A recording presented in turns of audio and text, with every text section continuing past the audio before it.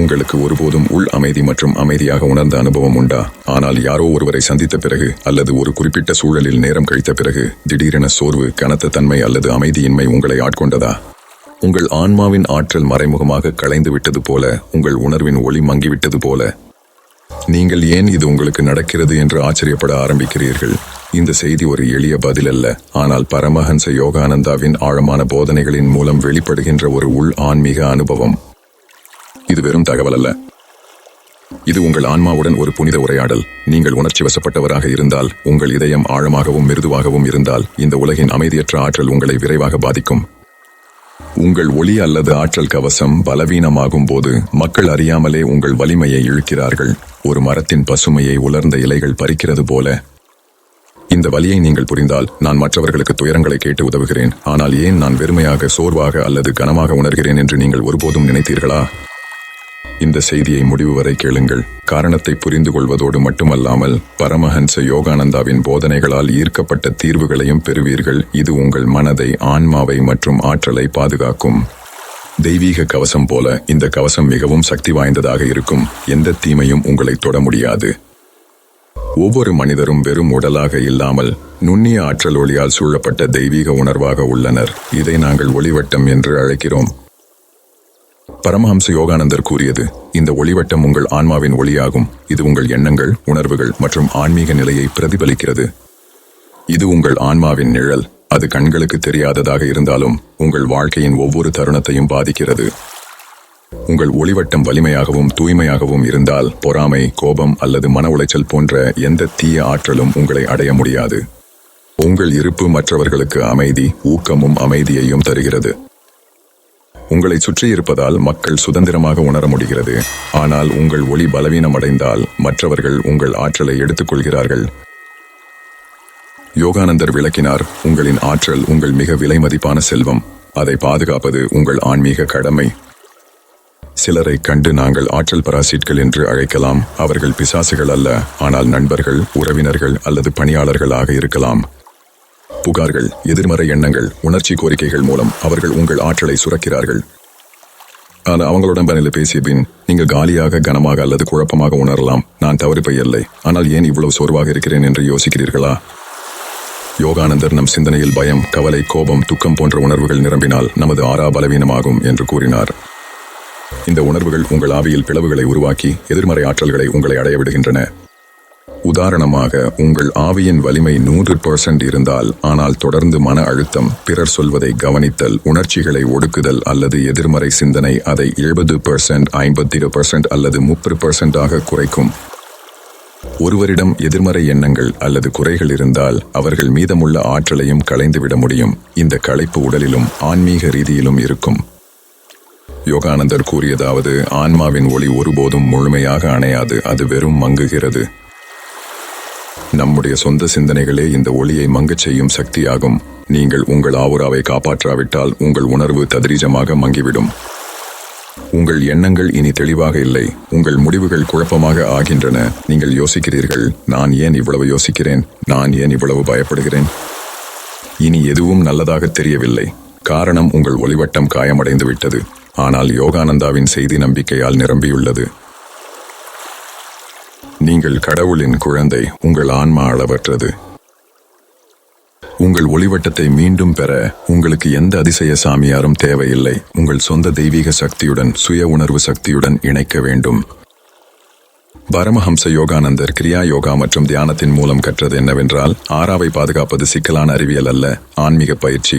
உங்களை அறிந்து கொள்ளவும் உங்கள் ஆன்மாவை விழிப்புணர்வடையவும் செய்யும் உள்நிலை பயணம்.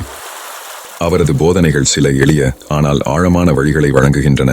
உங்கள் ஒளிவளையை வலுவாக புதுப்பித்து பலப்படுத்த எந்த எதிர்மறையும் உங்களை தொட முடியாது. தினம் குறைந்தது 15 நிமிடங்கள் தனியாக இருங்கள். கண்களை மூடுங்கள். உங்கள் தொலைபேசியிலிருந்து மற்றும் எண்ணங்களிலிருந்து விலகி இருங்கள். யோகானந்தர் செய்தது போல உங்கள் சுவாசத்தில் கவனம் செலுத்துங்கள். ஒவ்வொரு சுவாசத்திலும் பிரபஞ்சத்தின் சக்தியை உங்களுக்குள் உறிஞ்சுங்கள். ஒவ்வொரு மூச்சு விடுதலையிலும் பயம், வலி மற்றும் எதிர்மறையை வெளியேற்றுங்கள். யோகானந்தர் கூறினார், மூச்சு என்பது கடவுளின் தொடுதல். இந்த பயிற்சி உங்கள் ஆவியை தெய்வீக கவசம் போல புத்துயிர் கொள்ளச் செய்கிறது. விரைவில் நீங்கள் உங்களை சுற்றி கண்காணிக்க முடியாத ஆனால் சக்தி வாய்ந்த பாதுகாப்பு தடையை உருவாக்குவது போல் உணர்வீர்கள். யோகானந்தர் வார்த்தைகளின் சக்தியை வலியுறுத்தினார். ஒவ்வொரு காலை மற்றும் இரவிலும் நான் கடவுளின் பிரகாசமான ஒளி. நான் முழுமையானவன். என் காந்தம் அழிக்க முடியாதது. நான் பிரபஞ்சத்துடன் இணைக்கப்பட்டுள்ளேன் என்று சொல்லுங்கள். நான் பாதுகாப்பில் இருக்கிறேன். இந்த வார்த்தைகளை மட்டும் பேசாதீர்கள். ஆன்மாவின் ஆழத்தில் உணருங்கள். உங்கள் ஒளிவட்டத்தை சுற்றி பொன்னொளி பரவுவதை கற்பனை செய்யுங்கள். இந்த நேர்மறை உறுதிமொழிகள் உங்கள் ஒளிவட்டத்திற்கு சக்தி அளித்து எதிர்மறை தாக்கங்களில் இருந்து பாதுகாக்கின்றன. பரமஹம்ச யோகானந்தர் எப்போதும் சத்சங்கத்தின் முக்கியத்துவத்தை வலியுறுத்தினார். உங்களின் ஆற்றலை குறைக்கும்பவர்களிடமிருந்து தூரமாக இருங்கள். இது சுயநலமல்ல, ஆனால் சுயமரியாதை. ஒரு உறவு உங்களை சோர்வடையவோ அல்லது ஆற்றலை குறைக்கவோ செய்கிறதானால் அது உண்மையான காதல் அல்ல, பராசித்தமாகும். யோகானந்தா கூறினார், நண்பர்கள் உங்கள் உணர்வுகளை வடிவமைக்கின்றனர், இல்லை என்பதும் ஆன்மீக முடிவு. உங்களை காயப்படுத்துபவர்களிடமிருந்து ஒளிவட்டத்தை காப்பாற்றுங்கள். அவர் உங்கள் ஆற்றலை எல்லோருக்கும் கொடுக்க வேண்டாம் என்றார். நேரம், ஆலோசனை, ஆதரவை பகிர்வது பரிசு, ஆனால் மதிப்பவர்களுடன் மட்டும் பகிருங்கள். உணர்ச்சி பந்தங்கள் உங்கள் ஆறாவை காப்பாற்றும். மற்றவர்களை நேசிப்பது அழகு, ஆனால் உங்களை வெறுமையாக விடுவது ஆன்மாவுக்கு அநீதி. உங்கள் ஆற்றலை சமநிலைப்படுத்தி உங்களை இழக்காமல் பிறருக்கு கொடுங்கள்.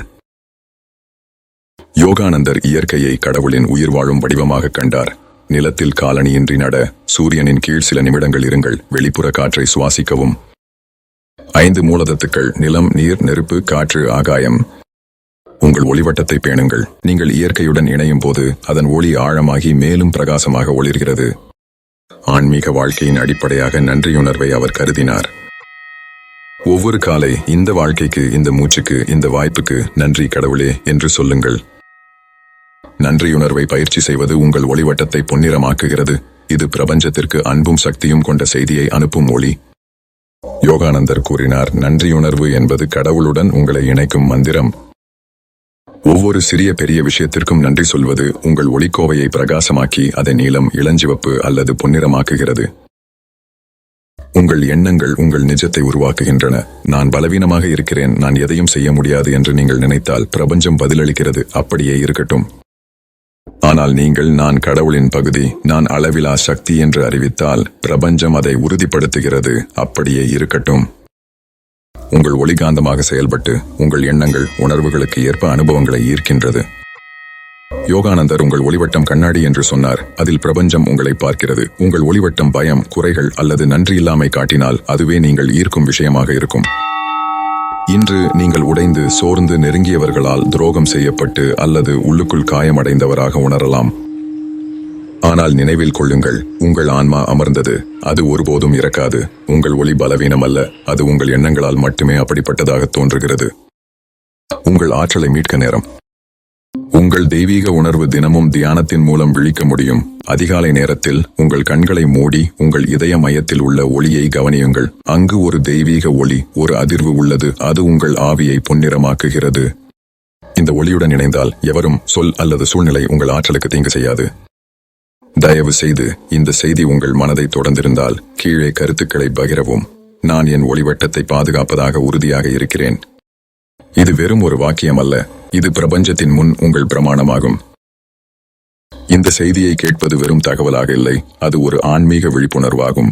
இங்கே உள்ள ஒவ்வொரு வார்த்தையும் உங்கள் உணர்வுகளை தூண்டும் சக்தியின் மூலமாகும்.